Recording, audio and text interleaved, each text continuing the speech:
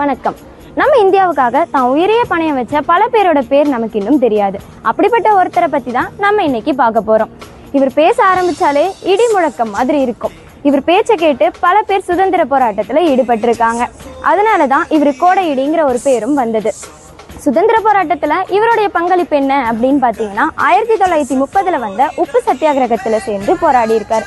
அதுக்காக ஆங்கிலேயர்கள் இவருக்கு ஓராண்டு சிறை தண்டனையும் விதிச்சிருக்காங்க. ஆனாலும் அவர் எதையும் கண்டு பயப்படலைங்க.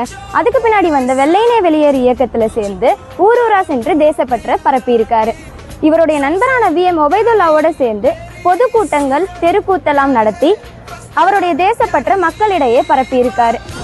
என்னதான் இன்னைக்கு நம்ம இவரை பத்தி பேசல அப்படின்னாலும் இவர் நமக்காக செய்த தியாகம் என்னைக்கும் மறக்க முடியாதது.